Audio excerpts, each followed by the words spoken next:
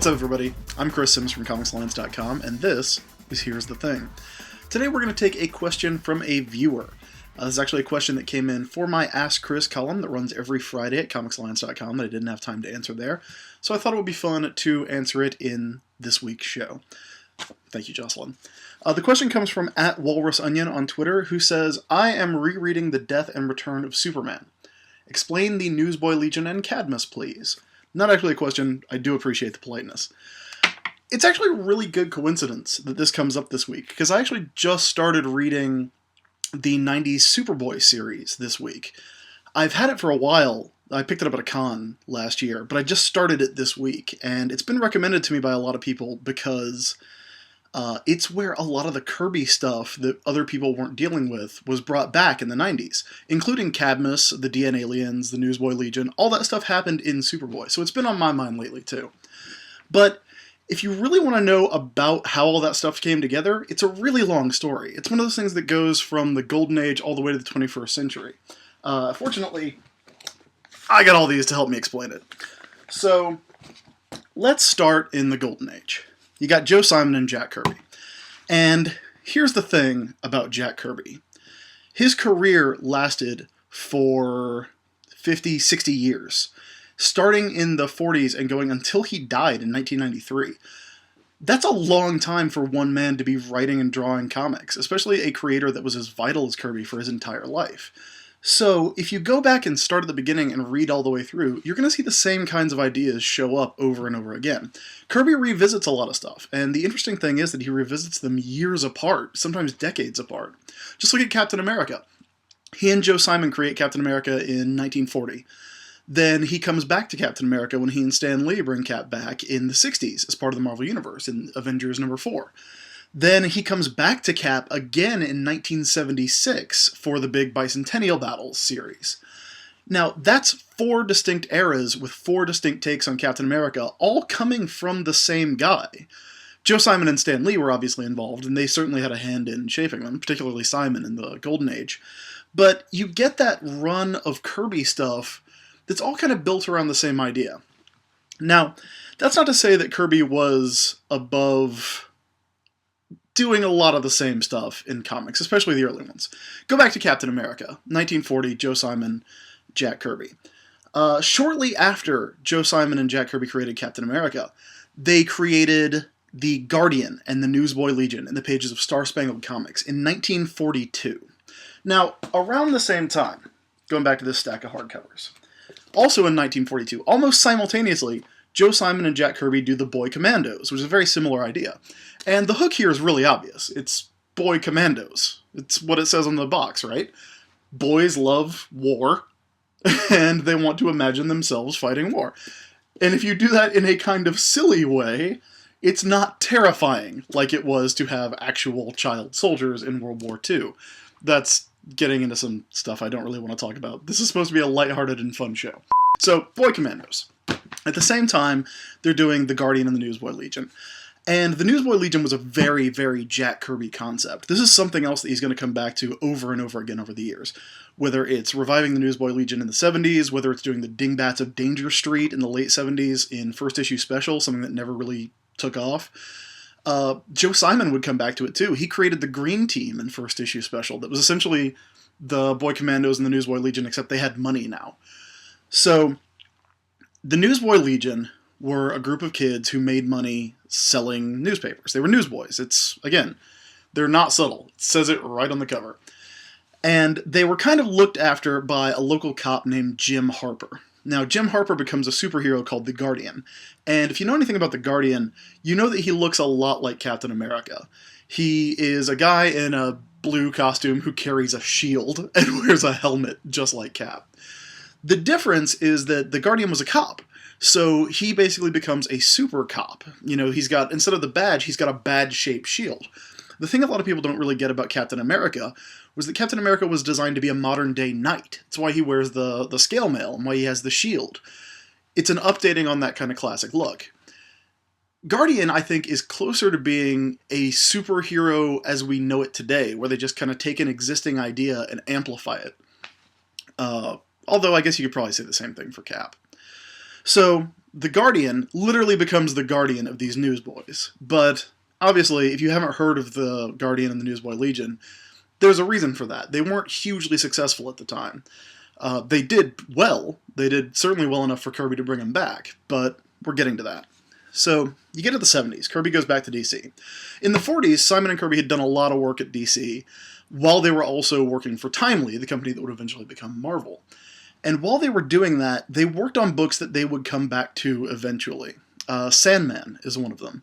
The Sandman famously has Simon and Kirby on it after they were rejected for drawing Batman. We came very close to getting a Jack Kirby, Joe Simon Batman run that, of course, would have been uncredited because Bob Kane is the worst person who ever lived.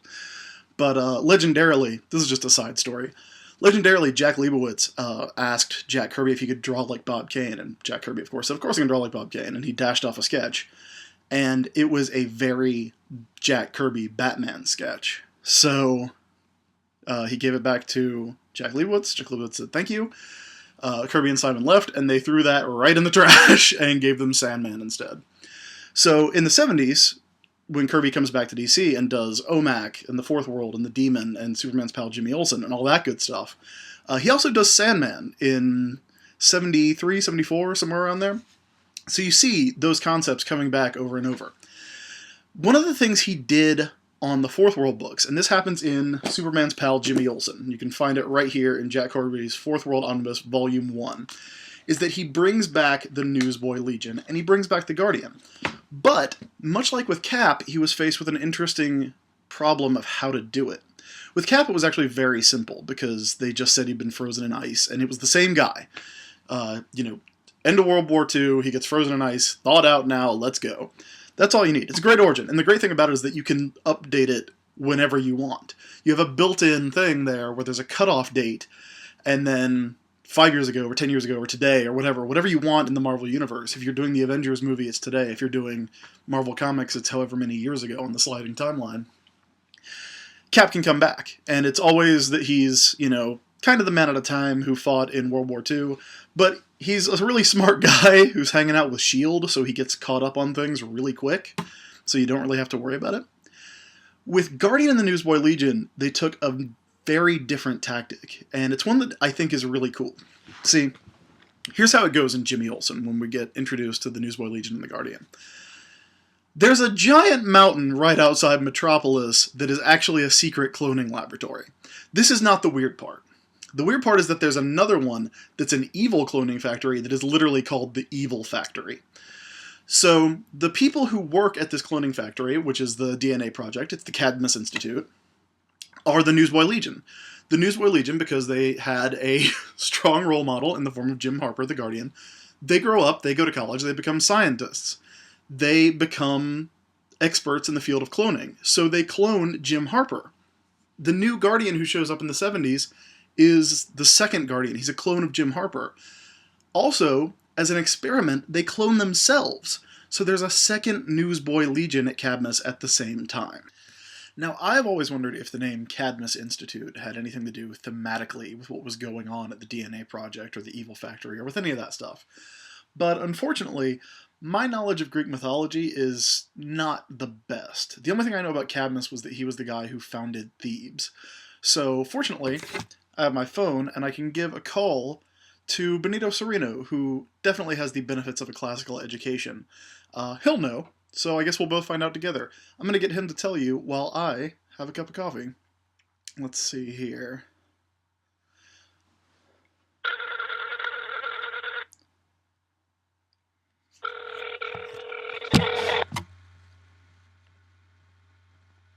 Hello. Benito, it's Chris. Hey, Chris, what's up? I need you to explain who Cadmus is and what he did.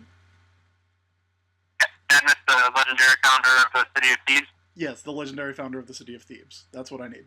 Oh, okay, no problem. Well, Cadmus was originally a prince of Tyre in Phoenicia, which is on the western coast of the area we call Turkey today. His sister was named Europa, and she was kidnapped by Zeus in the form of a bull, which is fairly common kind of occurrence. in ancient times, Zeus saw a lady he liked and then would turn into some kind of storm-bear animal and abduct them.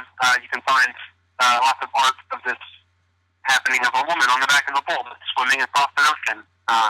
That's the rape of Europa, as that's known. Cadmus and his two brothers were sent by their father, the king, to go find their sister. They decided to split up the known world at that time. Cadmus got sent to Greece to find Europa. And on his way there, he was not having any luck. He eventually goes to the oracle at Delphi to get some advice there. And their advice basically is give up. Don't try to find your sister anymore. Instead, what you should do is leave and look for a cow with a moon on its butt. And there's a lot of cows in this story, actually. And so he finds a cow with a moon on its butt, and he follows it. And then where the moon-butted cow sits down, that's where he's supposed to build a new city. And so he goes there, the cow lies down. He's like, all right, I guess this is our life now. And so he sends his dudes to get some water. Most of them do not come back because it turns out they were killed by a dragon that was guarding the spring and poisoning the water nearby. And so Cadmus goes and he kills this dragon. And Athena comes down to him and she says, hey, here's a cool idea. Take those teeth and sow them in the ground like seeds and then see what happens. And what happens is a bunch of dudes in armor with weapons come up out of the ground like stalks of corn. And Cadmus, not wanting to fight all these guys, gets a clever idea that he would throw a rock in among these guys and make them, and one of them would go, hey, you threw that rock.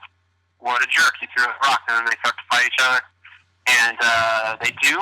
And at the end, only 5 of them are left alive. And these 5 guys will come to be known as the Spartoi, which means the guys who were sown in the ground. They become the founding members of the 5 noble families of the city, which comes to be called Thebes. They helped him build the citadel there, which is called the Cadmea, which is named after him, Cadmus. Ultimately, what happens is that because Cadmus killed the sacred dragon of Ares that was poisoning that spring, he has to be Ares' slave for 5 years. And at the end of that period, Ares is like, pretty good. Here's my daughter you can marry. And so he marries the daughter of Ares. Her name is Harmonia. At their wedding, all the gods come and bring presents. Hephaestus brings a necklace and gives it to Harmonia. Unfortunately, this necklace turns out to be cursed because everything is basically terrible for Thebes from then on. Like the royal house of Thebes is just completely cursed to happen horrible things. The most prominent and famous of those probably being the story of Oedipus, who I think everyone knows what happened with that guy. But things didn't go well in the generations before or after either. And but Cadmus is generally well regarded. He's actually also credited with being the one to bring the Phoenician alphabet to Greece, on which the Greek alphabet was based. And while it is true that the Greek alphabet is based on the Phoenician alphabet, the dates don't 100% line up. But anyway, that's Cadmus. So would you say that the whole thing where he grows soldiers as stalks of corn would kind of be the thing that relates to the Cadmus Institute and the DNA Project growing replacement Supermen from DNA? That could be a solid theory. Either that or maybe the idea of him bringing the knowledge of literacy from Phoenicia maybe could be tied to the idea of introducing new knowledge and ideas. I'm pretty sure it's the corn thing. Could be the corn thing. All right, thank you. You're welcome. So now that we all know who Cadmus was, you already heard me talk about what Cadmus did.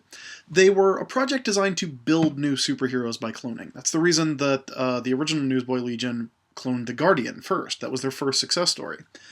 Now, as a side note, the founder of the Cadmus Project was a guy named Dabney Donovan, who is one of the best villains because he is just legitimately crazy, even by Jack Kirby villain standards. Among other things, he's the guy who created Double X, who is the most famous of the DN aliens. He's a telepath with 2 big devil horns. Now, keep those devil horns in mind, because the best thing Dabney Donovan did, and the most underused piece of the DC universe, by far, is Dabney Donovan's crowning achievement, which was Transylvania. This is my favorite thing. Transylvania is a miniature planet. It's about the size of the room I'm in right now. And it is a planet so evil that the planet itself has devil horns. What Dabney Donovan did was he created an artificial environment so that he could create life on a small scale, that he could observe and see how cloning and life creation worked. Which, by the way, is an idea that is decades ahead of its time. There were cloning stories in the 60s and 70s that went under that name. The most famous, unfortunately, being the Spider-Man cloning story that involved the Jackal and the Gwen Stacy clones, and eventually Ben Reilly and the Clone Saga, maximum clonage that went on forever that everyone hated. Although I was super into the Mark of Cain when I was 13. Cain, if you don't know, is the clone of Spider-Man who was a killer vigilante who would use his spider powers to stick his hand to your face and then melt your face. When you're 13, like, that is the coolest thing you've ever heard. Okay, back to Dabney Donovan in Transylvania. So, Dabney Donovan creates this planet. He creates these life forms. And then he projects on the clouds horror movies that he tapes off of TV. At the time, I guess it was like the late night movie picture show on UHF or whatever. It was brought back by Ledron in Legends of the DC Universe for a 2-part story. And it actually made more sense because it was still just Dabney Donovan getting cheap horror movies and projecting them in the clouds. So you have this evil planet with devil horns where society is influenced by horror movies. So it's a crazy miniature horror movie planet where there's like one country that's all Draculas and one country that's all Frankenstein and one country that's all Wolfmans, and they're constantly at war with each other over which horror movie genre is the same, or is the best. So the way that they solve this problem is that Superman and Jimmy Olsen and Dabney Donovan shrink down and go to Transylvania and have an adventure. And then Superman projects cowboy movies on the clouds over Transylvania, where society is evolving at a rapid pace because it's miniaturized. So they become cowboy vampire Frankenstein Wolfmans. And that is Transylvania. That exists in the DC universe. It is amazing. But that was not the point of the project. Dabney Donovan wanted to unlock the secrets of DNA. Again, that is well ahead of its time. 10 years at least before the rest of comics caught up to that idea. So they are making superheroes. They experiment with things. And more often than not, the experiments go bad because that's where drama comes from. You know, there's the big green Jimmy Olsen that shows up in one of these. Now, cut to the 90s. By the 90s, a lot of Kirby stuff was being left by the wayside. The 90s, for better or worse, were all about what was going on now. It was about the hot new stuff. You know, your Todd McFarlane's, your Rob Liefeld's, your Jim Lee's. And so a lot of people just were brushing aside a lot of the older, old-fashioned stuff, which unfortunately included Kirby. Kirby dies in 1993, and it would have never been a good time for Jack Kirby to die, but he died right before all of his stuff was kind of rediscovered. People in comics knew that Kirby was great. They knew what he had contributed to the medium. But the fans at large were like, yeah, we want Cyberforce. Let's do this. So, in the Death of Superman story, Superman gets killed by Doomsday. Spoiler warning for the biggest selling issue of Superman of all time. Superman and Doomsday beat each other to death in the middle of Metropolis, and it's whatever. But they want to do the story where they have the 4 alternate Supermen. So they'd already established the Cyborg earlier, like the Hank Henshaw stuff had happened already, I believe. The Eradicator had already been established, even going back to John Byrne. And by the way, John Byrne, one of the great things he did when he rebooted Superman in 1986 was that he brought back a lot of the Kirby stuff. Darkseid really is a huge part of that run very early on. and that puts a lot of the stuff directly back into mainstream Superman continuity. So, the way that they fill it out is you have Steel, and then you have Superboy. And Superboy was the clone of Superman from Cadmus. Which makes sense, because the entire point of Cadmus was to create superheroes in the event that Superman was killed. In the event that these superheroes die or can no longer continue, we won't be left defenseless. That was the point of Cadmus. So Superboy comes out, you get a lot of Kirby stuff coming back in that run, and it's really awesome. If you've never read those first few issues of Superboy, you should. They're crazy. Number 2 primarily takes place in a strip club, which is a weird thing to think about for a book that was directed at teens in 1994. It's also the perfect thing for a book that was directed at teens in 1994. I don't know. Now, the reason I say that this all continues into the 21st century is that it's another one of my favorite underused pieces of DC Comics. In Seven Soldiers, Grant Morrison, who is probably the biggest Kirby fan in comics, I mean, like, I can't think of anyone who's brought as much Kirby stuff back as he has. And that's, that's not discounting anyone, because comics is full of people who are huge Jack Kirby fans. But in Seven Soldiers, Morrison and Cameron Stewart do one of my all-time favorite comics, and that is the Manhattan Guardian. Now, the Manhattan Guardian was obviously an update of the original Jake Harper Guardian and the clone of Jake Harper, who's with the Newsboy Legion at the Cadmus Project. The premise of this was that Jake Jordan had been a cop, much like Jim Harper, but something happens and he can't be a cop anymore. I don't want to spoil it because it's really good and it's very compelling stuff. But in a really good modernization, the Cadmus Project, which is ostensibly a government bureaucracy, needs to raise money, and so they sell off their assets. And one of their assets is the copyright and the trademark of the Guardian. They sell it to a newspaper called the Manhattan Guardian. One of the really cool things about this is that it's set in New York, but it's set in a DC Comics version of New York that was called...